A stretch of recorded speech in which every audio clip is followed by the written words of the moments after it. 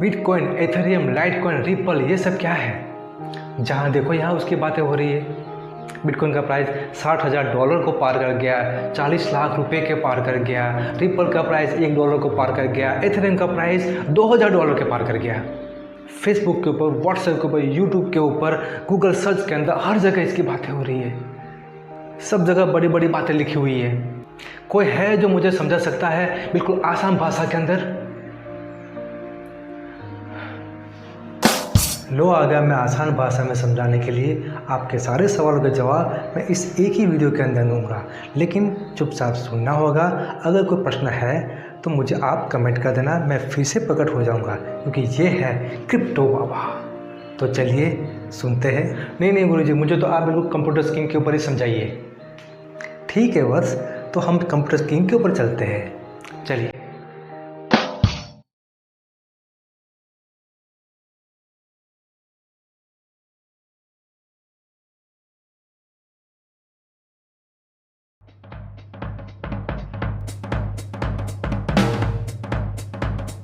Crypto currency को आसानी से समझने के लिए मैंने वीडियो को कुछ भागों में डिवाइड किया हुआ है, जैसे कि रूपरेखा, blockchain technology, money transfer, deposit और विड्रॉल, वॉलेट, एक्सचेंजेस और ट्रेडिंग के प्रकार, माइनिंग और what to mine website, share market और क्रिप्टो करेंसी मार्केट दोनों के बीच का difference, uses in advertising medium, free faucet for claim crypto currency, scam and illegal uses, government interference, tax calculation and maths of cryptocurrency, future of cryptocurrency, global uses of blockchain technology and cryptocurrency, risk और आखिर में conclusion.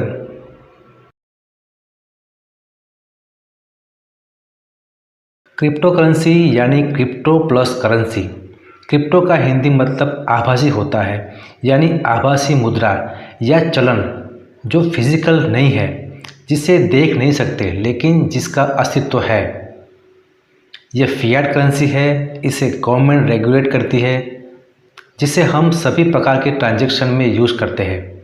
हर एक note का एक machine bearing number होता है।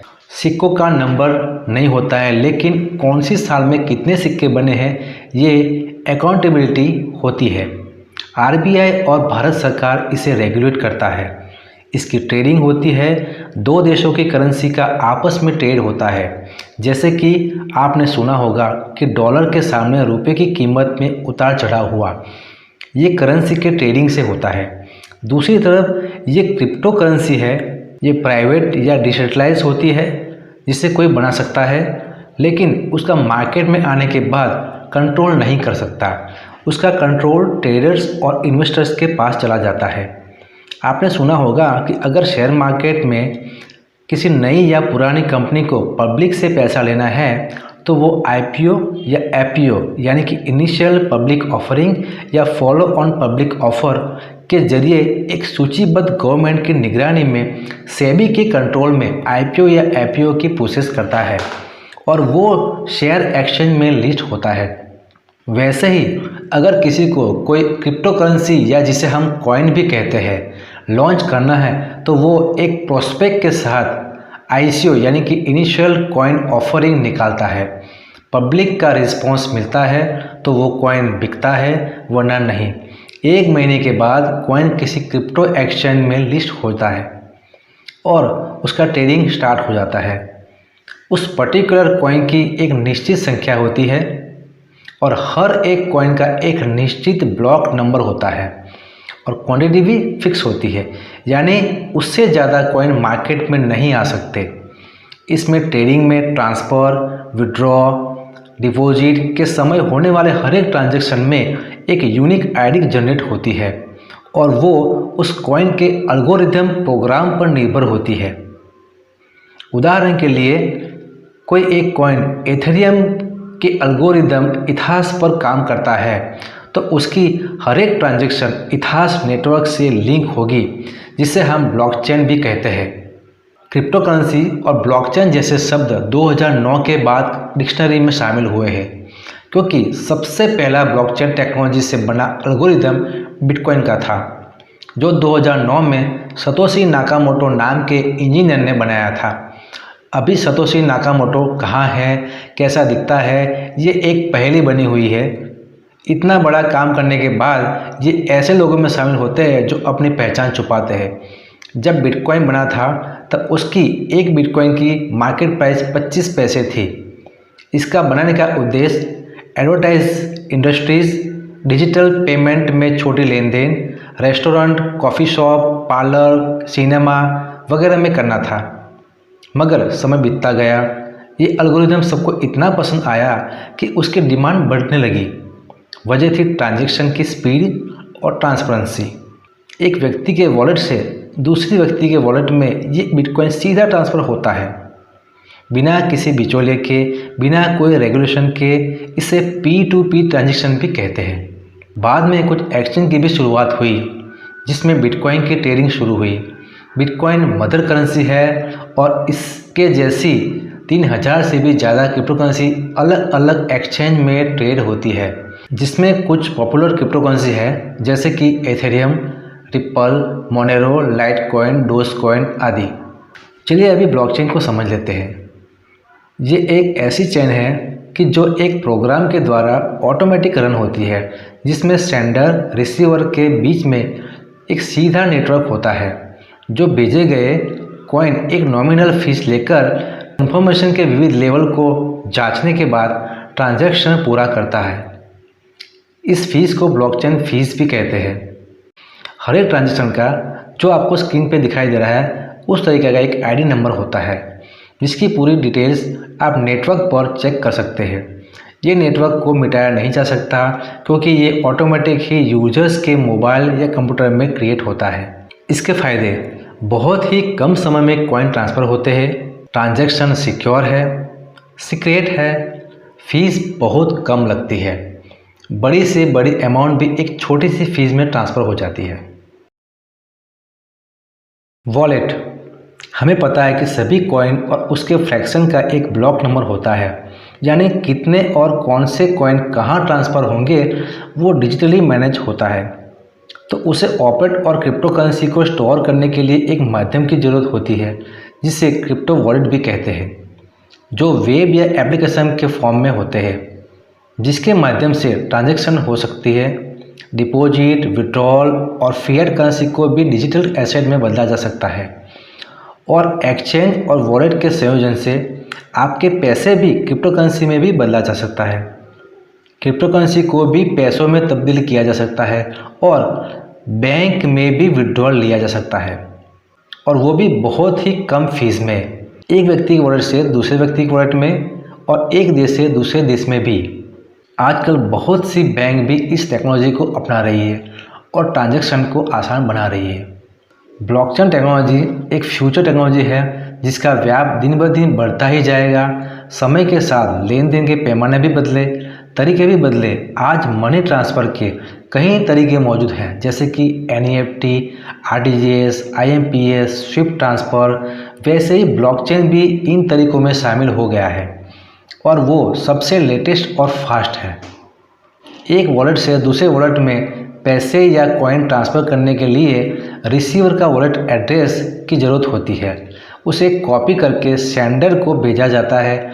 Sender उसे अपने वॉलेट में कॉइन ट्रांसफ़र विंडोज़ में पेस्ट करता है और कॉइन की अमाउंट एंटर करता है और सेंड करता है और कॉइन ट्रांसफ़र हो जाते हैं। इसमें सावधानी बरतने की बात यह है कि हमेशा जब भी आप कॉइन को ट्रांसफ़र करते हैं तो वॉलेट एड्रेस को कॉपी पेस्ट करें, मैन्युअली टाइप कभी भी ना करें। मैन्युअली टाइप करने से गलती हो सकती है और कॉइन ट्रांसफ़र सही एड्रेस पर नहीं होंगे, मगर आपके अकाउंट से तो कट जाएंगे, यानी कि आपके अकाउंट से कॉइन डेबिट हो जाएंगे, लेकिन जहां भेजना है वहां नहीं पहुंच पाएंगे। यहाँ कोई रेगुलेशन नहीं होने के कारण वो कॉइन बंद हो जाते हैं और लॉस हो जाते हैं। मतलब सावधानी और अवेयरनेस ज़रूरी है। वॉलेट के कुछ एग्जाम्पल स्क्रीन पर दिख रहे हैं। Crypto exchange. Crypto exchange crypto currency की दो पेयर को ट्रेडिंग कराने का प्लेटफॉर्म देते हैं। यहाँ दो क्रिप्टो करेंसी या क्रिप्टो करेंसी और फिएट करेंसी के बीच में ट्रेडिंग होती है। ट्रेडिंग के लिए एक्सचेंज एक फ़िक्स फीस लेता है जो 0.1% होती है। इसके अलावा कोई टैक्स या हिडन चार्ज नहीं होता है। भारत में ज़ेपे, यूनोकॉइन, वजीरेक्स जैसे एक्सचेंज काम कर रहे हैं। दुनिया भर में आज 200 से भी ज़्यादा एक्सचेंज ट्रेडिंग का काम करते हैं, जिसमें कुछ फेमस एक्सचेंज इस प्रकार है: Binance, Bittrex, Coinbase, Liquid, Poloniex, BitMEX आदि, जिसका टर्नओवर मिलियंस डॉलर्स में होता है। वीडियो के डिस्क्रिप्शन में मैंने रिलायबल एक्सचेंज की लिंक दी है, आप उसमें अपना अकाउंट बनाकर ट्रेडिंग शुरू कर सकते हैं। ट्रेडिंग के प्रकार: नॉर्मल ट्रेडिंग और फ्यूचर कॉन्ट्रैक्ट ट्रेडिंग, ये दो प्रकार से इसमें ट्रेडिंग होती है।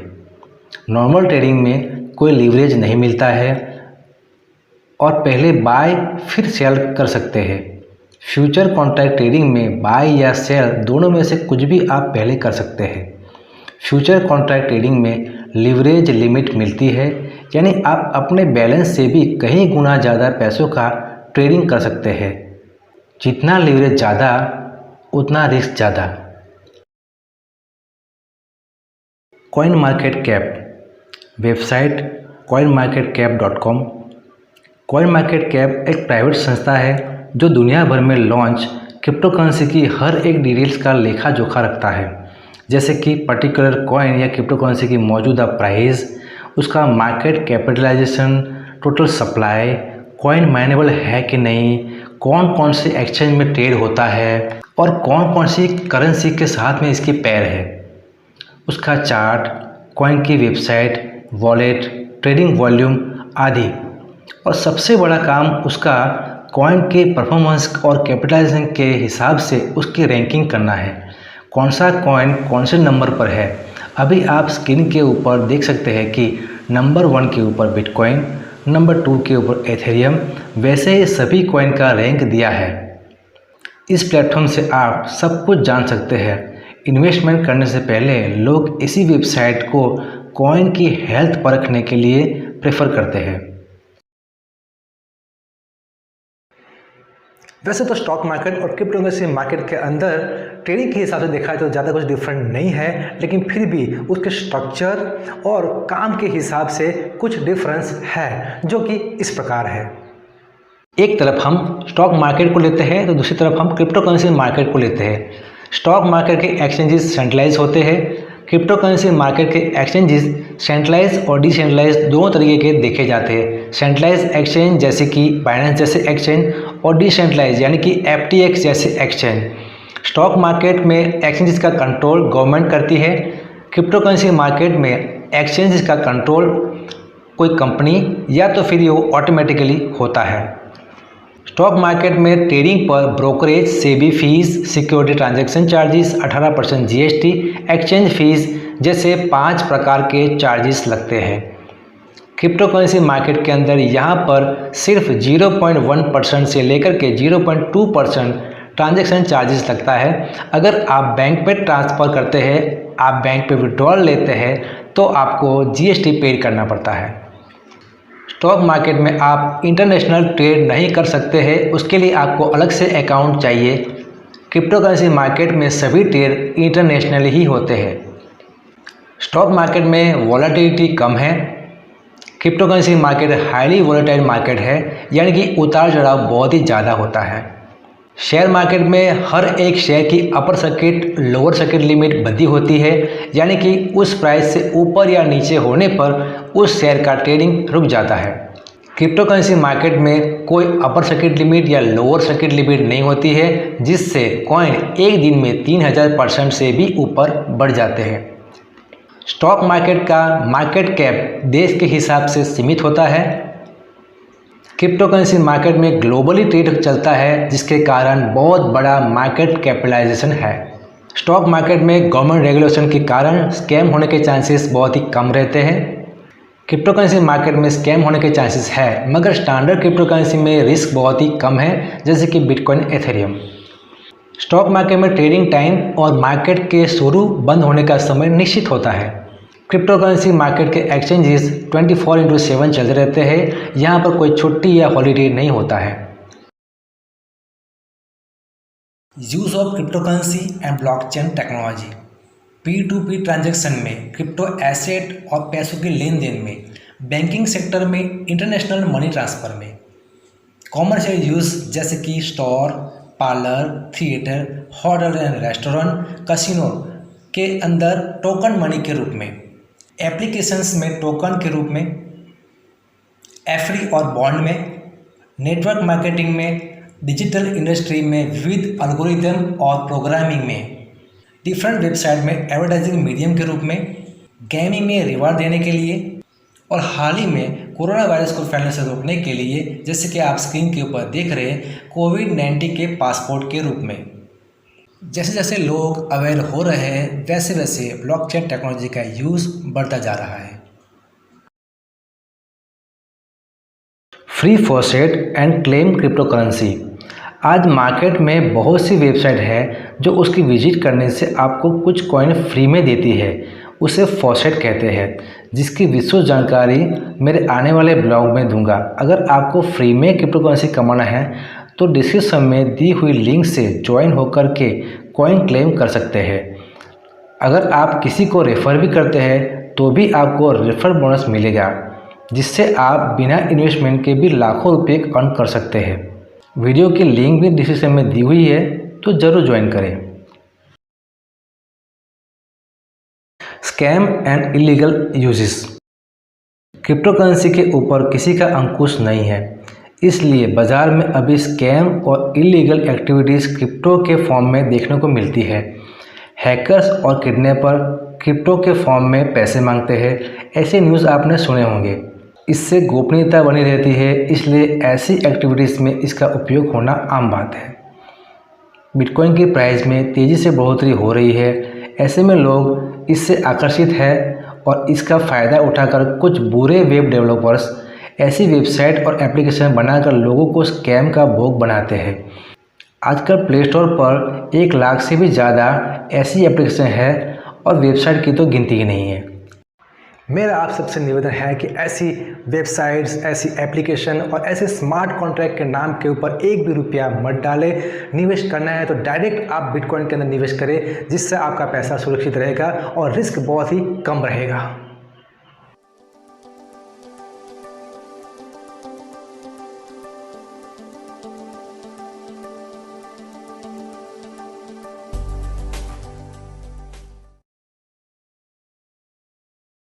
Government interference. दुनिया की बहुत सी गवर्नमेंट 2009 से कई साल तक ये दुविधा में थी कि क्रिप्टो को मान्यता दी जाए या नहीं। कई देश में इसे मान्यता दी है, बैन कहीं भी नहीं है। भारत में 3 साल सुप्रीम कोर्ट में केस चलने के बाद ये डिसीजन आया कि कोई भी व्यक्ति इसमें अपने रिस्क पर इन्वेस्ट कर सकता है। नई टेक्नोलॉजी है, इसे रोकना नहीं चाहिए। मगर अभी बैंक विड्रॉल पर टैक्स लागू है और आने वाले समय में इसका उपयोग बढ़ने पर सरकार इसके लिए कोई कानून बना सकती है, क्योंकि जहां बड़े ट्रांजैक्शन नज़र आते हैं वहां सरकार का हस्तक्षेप तो रहता ही है। लेकिन अभी बहुत से देश धीरे धीरे इसे मान्यता प्रदान कर रहे हैं। अपने देश में भी बिटकॉइन बैन को लेकर काफ़ी सारी अटकलें चल रही थी, लेकिन हाल ही में आए निर्मला सीतारमण जी, जो हमारे फाइनेंस मिनिस्टर हैं, उनके बयान से ये साफ हो जाता है कि सरकार बिटकॉइन को लेकर के कितनी गंभीर है। Calculation and maths of crypto currency. किसी भी क्रिप्टो करेंसी की वैल्यू पॉइंट के बाद 8 डिजिट में दर्शाई जाती है, यानी कि अगर हम एक बिटकॉइन को भाग दें तो उसके 10 करोड़ भाग बनेंगे और उसे हम इस तरह से लिखेंगे 1.00000000 बिटकॉइन। संख्या अगर एक बिटकॉइन से कम है तो इस तरीके से लिखा जाता है 0.00035427 बिटकॉइन। बिटकॉइन को इस सिंबल से दर्शाया जाता है। इथेरियम को ETH लिखा जाता है। आइए कुछ पॉपुलर क्रिप्टो करेंसी के नाम और सिंबल देख लेते हैं।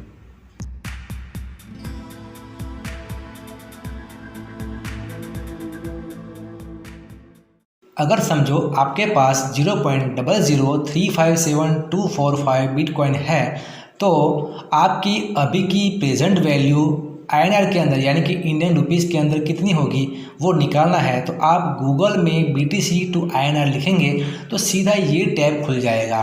यहाँ पर आपके बिटकॉइन लिख दीजिए, जो नीचे मौजूदा वैल्यू आ जाएगी। पॉइंट के बाद के डिजिट को बिटकॉइन की सतोशी कहते हैं। अभी एक बिटकॉइन की प्राइस आपको स्क्रीन के ऊपर दिख रही है। इथेरियम की प्राइस भी मैं आपको दिखा देता हूँ। दुनिया भर में अभी बिटकॉइन और बाकी क्रिप्टो करेंसी जिसे हम ऑल्टकॉइन भी कहते हैं उसके ATM भी खुल रहे हैं, जहाँ से सीधा ट्रांजैक्शन भी हो सकता है। भारत में पहली क्रिप्टो बैंक भी जयपुर में खुल गई है। कंपनी का लक्ष्य एक साल में 25,000 यूजर्स को निवेश कराना है, मगर 25,000 से कई गुना ज़्यादा ही लोग इसमें हिस्सा लेने का अनुमान है। बदलती दुनिया की बदलती टेक्नोलॉजी को लोग बढ़ चढ़ के अपना रहे हैं। माइनिंग, क्रिप्टो करेंसी में कुछ कॉइन माइनेबल भी होते हैं, मतलब उनको पैदा भी किया जाता है, बनाया भी जाता है। उनमें Bitcoin, Ethereum, Monero, Ravencoin, Ethereum Classic जैसे कॉइन शामिल हैं। माइनिंग एक ऐसी प्रोसेस है जिसमें एक कंप्यूटर में कुछ सॉफ्टवेयर और हार्डवेयर में बदलाव करके माइनिंग कंप्यूटर बनाया जाता है, जो पर्टिकुलर कॉइन के एल्गोरिदम में पजल को सॉल्व करके ब्लॉक्स बनाने में मदद करता है, जिसके बदले में उस कंप्यूटर को रिवॉर्ड या शेयर मिलते हैं, जो क्रिप्टो करेंसी होती है। ऐसे नए बिटकॉइन या क्रिप्टो करेंसी का जन्म होता है। माइनिंग प्रोसेस में अधिक मात्रा में बिजली का खर्चा होता है। कौन सा कॉइन माइनिंग के लिए कितना प्रॉफिटेबल है वो आप व्हाट टू माइन वेबसाइट से जान सकते हैं। माइनिंग दुनिया भर में हो रहे क्रिप्टो करेंसी के ट्रांजैक्शन को वेरीफाई करता है। ये एक जटिल प्रक्रिया है। माइनिंग में इस्तेमाल होने वाले कंप्यूटर का मेन पार्ट्स ग्राफिक्स कार्ड है। माइनिंग प्रोसेस समझने के लिए आप हमारी चैनल प्लेलिस्ट में से उनके रिलेटेड वीडियो देख सकते हैं। दुनिया में अभी बहुत सी माइनिंग कंपनीज बिटकॉइन या अन्य क्रिप्टो करेंसी माइन करती है। इंडिविजुअल लोग भी इसे करते हैं और पैसे कमाते हैं। ये एक लॉन्ग टर्म इन्वेस्टमेंट या कहे तो कुछ साल तक लगातार करने पर फ़ायदेमंद होता है। इसमें आपका कंप्यूटर 24 घंटे चालू रखना पड़ता है। क्रिप्टो करेंसी की कुछ मार्केट में स्कीम्स, जापान जैसे देशों ने बिटकॉइन को निवेश के लिए म्यूचुअल फंड जैसी स्कीम में शामिल किया है। अभी एथेरियम, ट्रोन जैसी क्रिप्टो करेंसी में स्मार्ट कॉन्ट्रैक्ट भी चल रहे हैं, जो कि ऑटोमेटिकली रन होते हैं। ट्रेडिंग कंपनीज भी इसके लिए इन्वेस्टमेंट लेती है और अच्छा रिटर्न निकाल के देती है। बाइनेंस जैसे बड़े एक्सचेंज फिक्स डिपॉजिट भी करते हैं, जिसमें 4% से लेकर 50% तक का एनुअल रिटर्न देते हैं। बहुत सी माइनिंग कंपनी जैसे कि जेनेसिस, जो कि माइनिंग में भी निवेश कराती है और अच्छा रिटर्न निकाल के देती है। इस तरीके से बहुत ही इन्वेस्टमेंट ऑप्शन क्रिप्टो करेंसी में उपलब्ध है, लेकिन इन्वेस्टर्स को अपनी सोच और भरोसे के हिसाब से निवेश करने की सलाह है। कुछ सावधानियाँ, क्रिप्टो करेंसी या बिटकॉइन इन्वेस्टमेंट और स्टोरेज में कुछ सावधानियाँ बरतनी पड़ती है, जैसे कि वॉलेट का पासवर्ड कहीं लिख कर रखना चाहिए और कम से कम 2 जगह पर। पासवर्ड भूलने पर बिटकॉइन लॉस हो सकते हैं, क्योंकि यहाँ पर कोई कस्टमर केयर या रेगुलेटिंग अथॉरिटी नहीं है जो आपको ऐसी कोई घटना बनती है तो आप उनका कांटेक्ट कर सकते हैं। यानी कि आपके पैसों की सुरक्षा आपको ही करनी पड़ती है। कोई बैंक में इंटरनेट बैंकिंग का पासवर्ड भूलने पर वो बैंक में जाने से दूसरा पासवर्ड मिल जाता है, यहाँ पर ऐसा नहीं होगा। इसको समझने के लिए हाल ही में बनी एक घटना को हम देख लेते हैं। सैन फ्रांसिस्को के प्रोग्रामर स्टीफन थॉमस ने कुछ सालों पहले 7,002 BTC यानी कि बिटकॉइन खरीदे थे, जो उनके डिजिटल वॉलेट में स्टोर थे। अभी का उसका मूल्य 1800 करोड़ रुपये है, लेकिन वो उस वॉलेट का पासवर्ड भूल चुके हैं। गलत पासवर्ड डालने के उन्होंने 8 अटैम्प्ट पार कर लिए हैं और 2 और गलत प्रयास करने से उनका 1800 करोड़ रुपये से हाथ धोना पड़ सकता है। वॉलेट रिकवरी सर्विस चैनलिसिस का कहना है कि दुनिया में अभी 1.85 लाख बिटकॉइन है। उनमें से 20% यानी कि 10 लाख करोड़ के मूल्य के बिटकॉइन अभी मालिक ऐसे ही कारणों से खो चुके हैं। ये कंपनी पासवर्ड रिकवरी में मदद करती है। उनके पास रोज़ की 70 एप्लीकेशन आती है। तो आप समझ सकते हैं कि इन्वेस्टमेंट के साथ साथ उनकी सेफ्टी और सिक्योरिटी भी उतनी ही ज़रूरी है। हैकर से भी बचाना है और खुद भी अवेयर रहना है।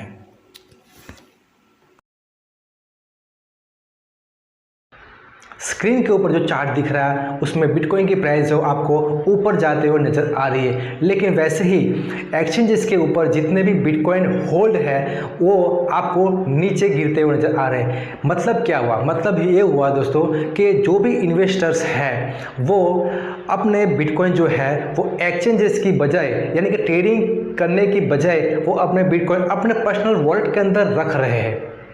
यानी कि ट्रेडिंग के लिए बिटकॉइन का कुछ भाग ही एक्सचेंज के ऊपर रख रहे हैं और बाकी जो बड़ा जत्था है वो अपने पर्सनल वॉलेट के अंदर रख रहे हैं, क्योंकि वो जानते हैं कि यहाँ से भी बिटकॉइन की प्राइस आने वाले फ्यूचर के अंदर 3 से 4 गुना तक भी बढ़ सकती है। अभी दुनिया में टोटल इतने बिटकॉइन हैं जिसमें से इतने बिटकॉइन गुम हो चुके हैं। टोटल इतने बिटकॉइन अभी एक्सचेंजेस के ऊपर है और इतने बिटकॉइन अभी लोगों के पर्सनल वॉलेट के अंदर होल्ड है। ये पूरी वीडियो सुनने और समझने के बाद में क्या आपको ऐसा नहीं लग रहा है कि बिटकॉइन का फ्यूचर अच्छा रहने वाला है? आने वाले कुछ सालों के अंदर बिटकॉइन आपको 1 करोड़ के पार होता हुआ नजर आएगा, क्योंकि दुनिया में अभी सिर्फ 15% लोगों को ही पता है कि बिटकॉइन आखिर चीज़ क्या है, ब्लॉकचेन टेक्नोलॉजी क्या है, और भारत में तो सिर्फ 1% लोगों को। जब 100% लोग जान जाएंगे कि बिटकॉइन के पीछे की जो टेक्नोलॉजी है वो क्या चीज़ है, तब बिटकॉइन की प्राइस कहाँ पहुँचेगी यह अंदाज़ा भी नहीं लगा सकते। मतलब साफ है कि बिटकॉइन में निवेश करना एक फ़ायदे का सौदा है, लेकिन अपने रिस्क पर, क्योंकि फैसला भी आपका है, दिमाग भी आपका है और पैसा भी आपका है। क्रिप्टो करेंसी या बिटकॉइन एक हाईली वोलेटाइल प्रोडक्ट है जिसमें निवेश करने से पहले सभी पहलुओं को कृपया जांच ले, परख ले, किसी के बहकावे में आके निर्णय ना ले। चैनल मोक्स की ये वीडियो देखने के बाद अगर किसी के निवेश में लॉस या प्रॉफिट होता है तो इससे हमारी कोई रिस्पॉन्सिबिलिटी नहीं होगी। आपका पैसों का निवेश करने के आप खुद जिम्मेदार हैं। ये वीडियो 18 साल से ऊपर के लोगों के लिए है और इसका उद्देश्य नॉलेज देना ही है। हम किसी पेड प्लान को प्रमोट नहीं करते हैं। वीडियो कैसी लगी ये बताना ना भूलें, और अगर कोई सवाल है तो मुझे कमेंट जरूर करें। और हाँ दोस्तों, वीडियो को लाइक ज़रूर करें और चैनल को सब्सक्राइब जरूर करें। तो मिलते हैं दोस्तों अगली वीडियो के अंदर, तब तक के लिए जय हिंद, जय भारत।